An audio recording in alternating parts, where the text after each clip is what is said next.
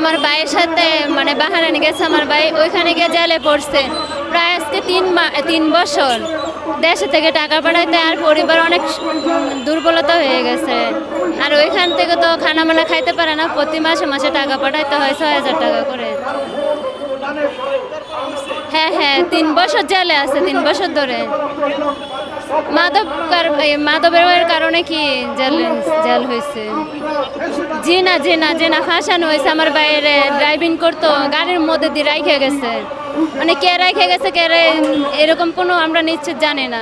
বাইরে আমরা কোনো আত্মীয়ও নাই যে এটা খোঁজ খবর নিয়ে বের করবে। ওনার পরিবারে মা বাবা ভাই বোন আছে।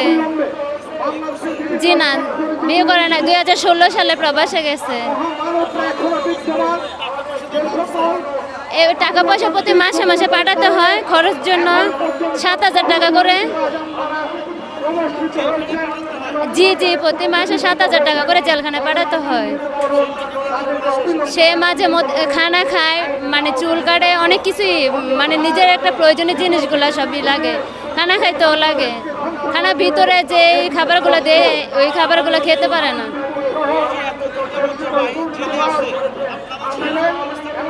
যে অনেক চেষ্টা করছে, এখানে লোক পাওয়া যায় না, তার জন্য এই আজকে মানববন্ধন করা হয়েছে।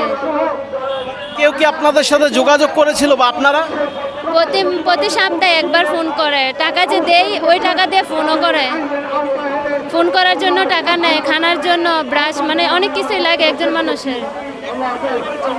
আর আমরা আমাদের প্রবাসী সব ভাইদেরকে দেশে আনার জন্য অনুরোধ করার ডক্টর ইউনূসের কাছে।